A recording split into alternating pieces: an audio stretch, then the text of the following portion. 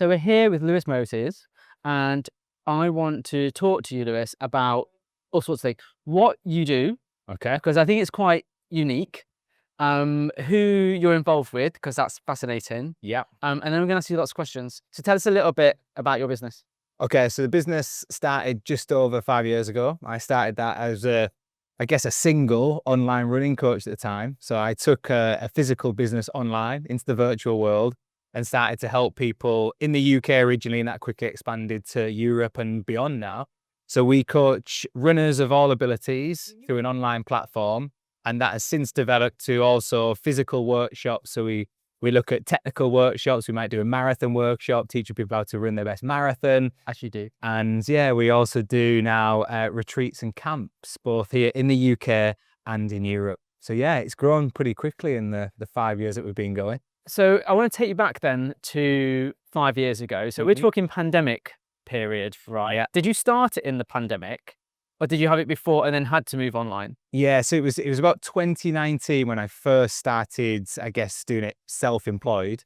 And then the business really started to take off in 2020. So it really got hit by the pandemic. And the pandemic kind of helped us in a way because we were already online. So we were already doing things like Zoom and live classes. Right. So that really helped to, I guess, elevate our business. And our business never stopped during the pandemic either. It really helped mentally for me as a business owner. But I do remember the first day we got the announcement of lockdown, I took myself to the fish and chip shop. I bought a kebab and chips and a can of Coke. And I went and sat down in my front room just thinking, oh my God, no, the business is going to fall apart. And I was like terrified. It did affect our retreats and camps, so we had to put them on hold. So we actually never got them started until we were allowed to bubble again, which was a surreal experience. So you had to bubble with the people in the retreat. Okay, that's interesting. So just on the lockdown thing then, because I think your experience is not too dissimilar from other people's. But what I think you're saying is that you were a bit ahead of the curve, and a lot of like personal trainers and stuff went straight onto like Instagram Live and did their thing, but you were already doing that. So how did you use that to springboard into the other things you wanted to do when restrictions were lifted and you could do those other things? Yeah, that's a really good question, because what we noticed when we first came out of COVID was that people were a little bit worried about integrating again. And the physical side of running, particularly events, were suffering. So we were seeing numbers, they were hit by up to 30%. And that was like the running events as in the races. And that was also affecting things like our camps. And we weren't seeing the numbers that we were expecting. But there was a boom in running through COVID, and that was helped through things like the online platforms such as Strava. From our coaching perspective, we had people online setting their programs online. People became more familiar with apps and live classes as well, where they were getting that social interaction. So we were always kind of convinced that this boom would catch up. And what we've seen over the last couple of years in particular is exactly that, particularly the Gen Z sort of era. They are wanting to go places and spend money on health, fitness, well-being. So things like the retreats and camps are really starting to take off now, which is great for us. But it was a little bit of a time there where we were a bit worried about our market and we're thinking, do we need to change it up? Do we need to do everything online? But thankfully, that's all come back now with the face-to-face stuff. So talk to me a little bit then about how you win. Do you call them clients or members? What do you call them? Well, yeah, clients, I guess, but the runners to us, like everybody is a runner, an athlete, and then they sometimes, I guess, give you a funny look when they say, "Oh, I'm not an athlete. You know, I'm not an elite athlete." For me, everyone's an athlete who comes to our door, because we don't just run; we do a lot more with them than just running, and we want them to get into that mindset as well. So how we do it is very different now to how I first started doing it. I first started doing it with some form of marketing funnel. You know, I used to run webinars and offer that for free, and then people would book a call with me and I'd chat to them about the potential of coaching, and that was very good and useful when that was just me. But then what I found was when I brought more coaches on is that people still wanted me if I was on the webinar, and if I was speaking to them on the phone, it was really hard to then sell them a different coach. So what we've done over the years is we've really focused on the power of our community. So we've tried to build a bigger community, and we've given different access points to that community, whether that was the podcast, which we started in your studio over at Canal House, which is where we first met, and starting to widen the community there, giving people free access to useful content on a regular basis. We do free track nights at Loughborough University now once a month, so people can come along for free, meet us as coaches and meet our team and get familiar with us.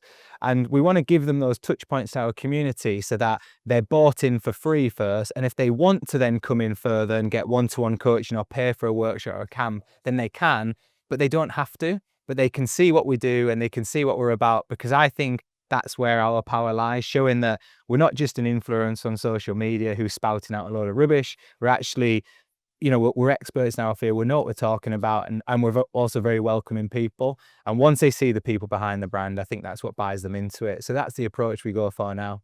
There is so much to unpack there.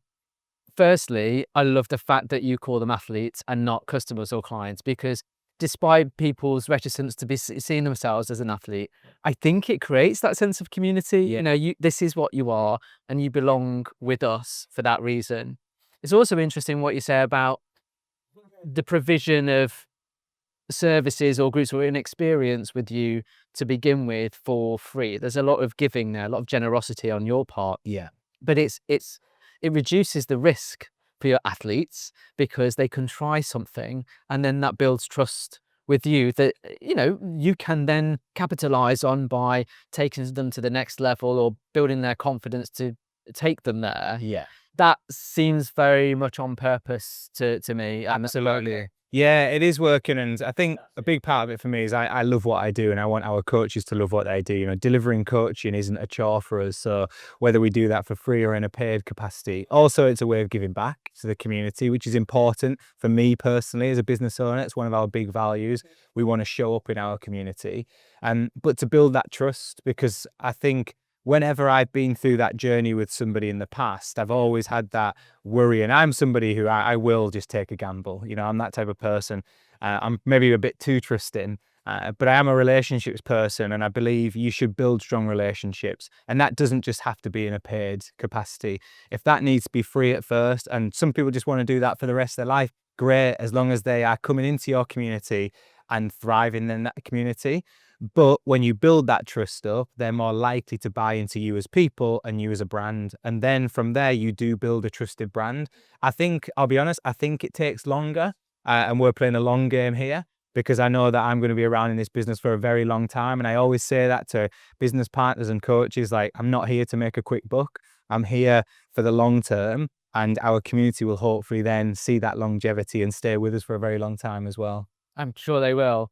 Tell us a little bit about your relationships with other athletes like Paula Radcliffe, who's on your team. I don't know how you describe it, really, whether she's on your team or whatever. But she's, we've seen her today in the brochure, in your adverts. She's very much front and center. How did that come about? I know you were obviously a GB athlete yourself. So did you build on that? Like, how did it come about? Yeah, I guess I'll relate this back to the business in some way. I think it stems from trust. Firstly, today at the expo, somebody came over and said, "Oh, it's clever what you've done there. You've put Paula Radcliffe all over your marketing to get people's attention. It's like, make it seem as if she's part of your business." And I was like, "Oh, well, actually she is." Yeah. And she's like, "Oh, really?" And that for me is a big thing, because Paula was an idol of mine growing up, and I went and did the mini marathon in London when she won the marathon. So to be working with her and alongside her is just a privilege, and yeah, it's a real honor. But I trained with Paula in Font-Romeu in 2012 on a training camp, and that's where we kind of first got to know each other. Then, unfortunately, Paula's daughter Isla was diagnosed with cancer, a rare form of ovarian cancer, I believe. And my wife Gemma, unfortunately, had cancer in 2012, and Gemma set up her own charity called Move Against Cancer. So when Paula's daughter was diagnosed, Paula connected with Gemma, and they did a little bit of work together, and we supported Isla a little bit through that journey. And also Paula then came on podcasts for the charity, and, really helped to, I guess, bring a little bit more exposure to charity, but awareness that, cancer doesn't discriminate. It can hit anybody at any age, female, male, and, your life can be turned upside down pretty quickly. And then I think that built up a further level of trust between us, and we got to know her and her family a little bit more personally. And then we just kept connecting at different running camps. And she wanted to give back to the community. And she felt like some of the companies she'd worked with in the past weren't necessarily doing that. They were working with her for her name, but not getting her involved. And she said, I really want to be involved in a hands-on way. What can you do? And we presented some ideas to her, and she liked the sound of that. And the next thing is we're, running Paula Radcliffe Marathon workshops here in Loughborough and the Paula Radcliffe Marathon Academy. And we're the first company to do it. So yeah, it's fascinating. Oh, it looks good.